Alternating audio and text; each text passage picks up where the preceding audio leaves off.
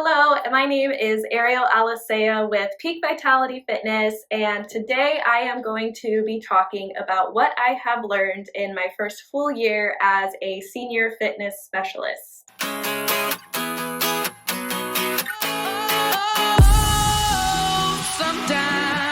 I get a good feeling, yeah. I get a feeling that I never had before. No, I get a good feeling, yeah. So what is a senior fitness specialist? Well, basically I work as a personal trainer, but I decided to get certified as a senior fitness specialist where I learned a lot about working with those over the age of 55. Most of my clients are anywhere between 60 and 82 years old. This video is to help all of you, whatever stage of life you're in, start prioritizing your health and wellness journey based on what I have learned from my clients who are older. So let's begin with number one is cultivating happiness. So I know this is probably a weird start. How does this relate to fitness? It actually relates a lot. The happier you are in your life, the easier it's going to be getting into your fitness journey. The opposite is also true. The more active you stay in your life, the more happy you're going to be. By the time you're 60, 70, 80, you start to share a lot of what you did in your 20s, 30s, and 40s naturally, right? You're looking back at your life and you're seeing what you have accomplished. And this should spark more happiness of knowing what you're capable of, even in your 60s, 70s, and 80s. All of my clients share examples in their lives where they decided to try something new and follow through. And now fitness is just another part of that. The clients that are struggling and aren't happy, it's not even related to their bodies necessarily. A lot of that unhappiness just comes with not actually doing the things that they wanted to do. Point number one, cultivate happiness in your lives. There's a ton of research out there on how to do it. And creating and cultivating happiness isn't supposed to be overbearing or overwhelming. It's a simple following that feeling of I feel pride, I feel joy, I feel gratitude, I enjoy what I'm doing. If you've been struggling with having a sense of pride or happiness in your life, starting with fitness can help you get there. And with the right trainer, they should help you enjoy the process a little bit more with creating that mindset of this is good for me.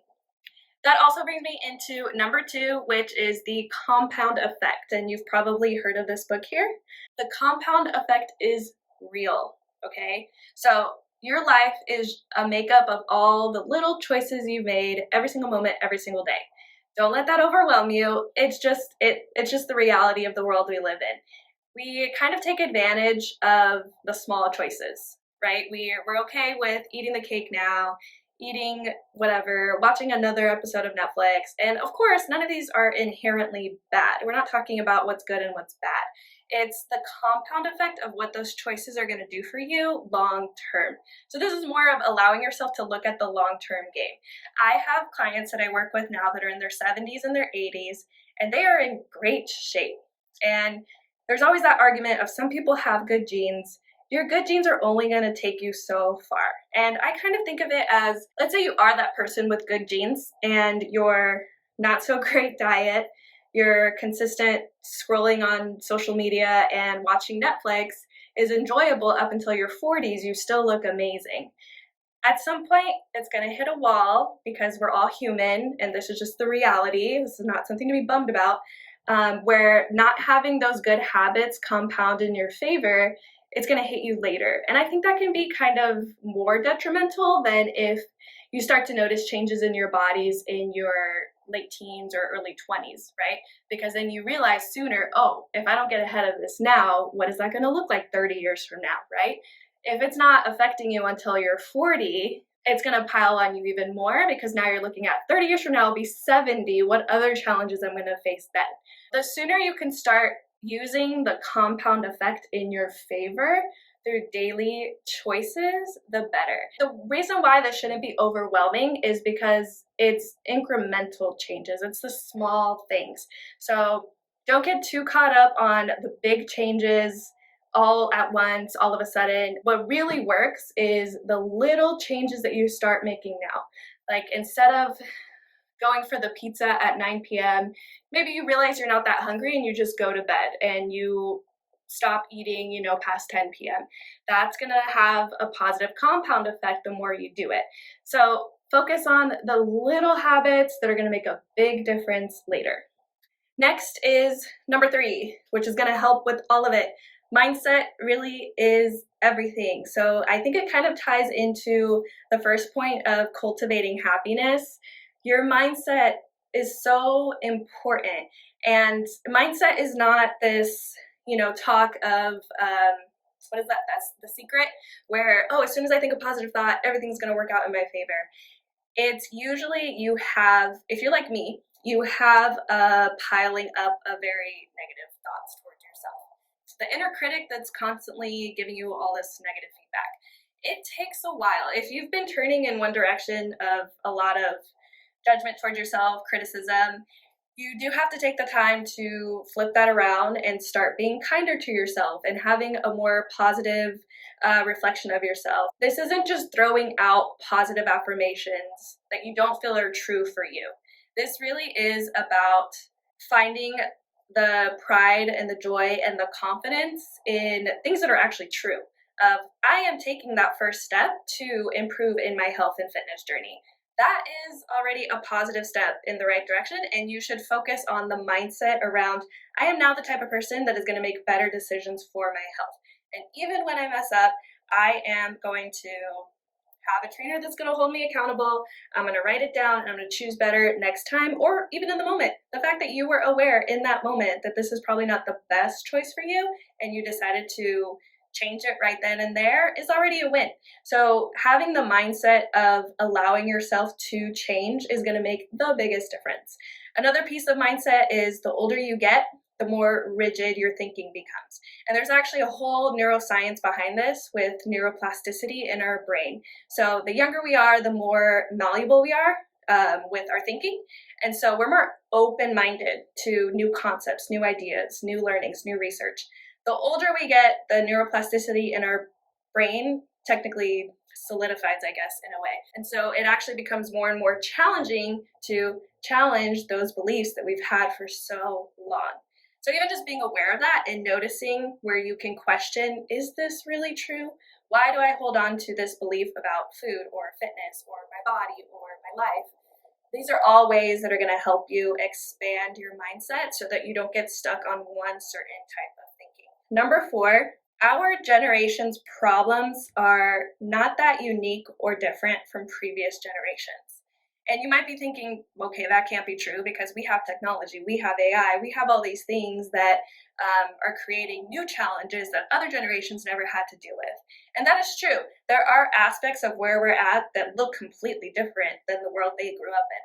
However, when it comes to humans and it comes to human psychology and it comes to our brains and our way of thinking, that system hasn't really changed. So if you talk to someone that's in their 60s or 70s or 80s, you'll start to realize we have more in common that we have not in common. They dealt with a lot of the same struggles and challenges that we do in our 30s.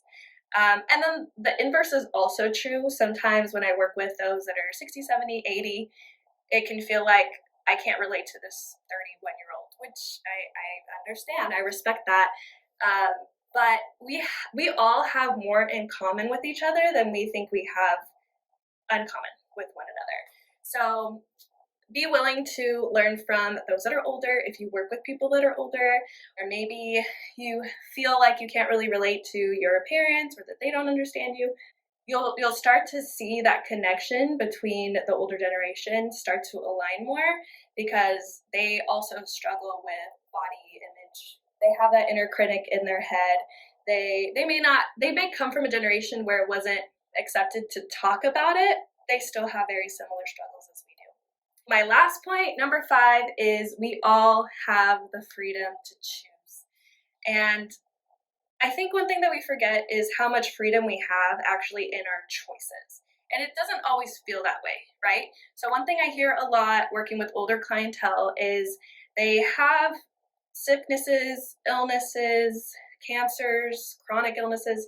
The list goes on, and even when I had to study for senior fitness specialist, it's only getting worse. These chronic illnesses are going rampant in America, and people are living longer, but their quality of life is declining. Freedom to choose. It feels like you're the only one that has this, you're the only one that's struggling, you're the only one that's getting sicker, you're the only one that is kind of trapped in this bubble of a very unhealthy situation that you can't control. It doesn't feel like you have any sense of control, but you do. There are choices that you can start making today, and you have the freedom to do your research, choose better. There's so many free resources out there. There's so many people that want to help you feel better in your body. That's probably the biggest thing, is the people or the clients that I work with that feel that sense of autonomy, that feel that sense of personal responsibility, and that feel the freedom to control the results of their body, live better, feel better, get better results. So another mindset shift there is realizing that you do have the freedom to take control of your body. There's so many things in this external world that you cannot control. But one thing that probably feels the hardest sometimes that you can control is what you put in your body, how you move your body, when you move your body, and how you overall feel in your body and in your life. So I hope this video helped you. Again, whatever age you are currently, the easiest and the best time to start taking care of you is today. Forget about what decisions you made in the past. Focus on making the decision now. And yes, it is easier to start when you're 20, when you're 30, when you're 40 than when you're 70, 80, or 90. However, whatever age you are today is going to be easier than 5 years from now, 10 years from now, 15 years from now. So I hope this video helps you. I am a certified personal trainer and senior fitness specialist. I work in person here in Las Vegas, or I can train virtually. So if you would like some more support in your nutrition, your accountability, your fitness journey, I am happy to help. I want to see you live your best, happiest, most healthiest life. Thank you for watching, and I will see you next week.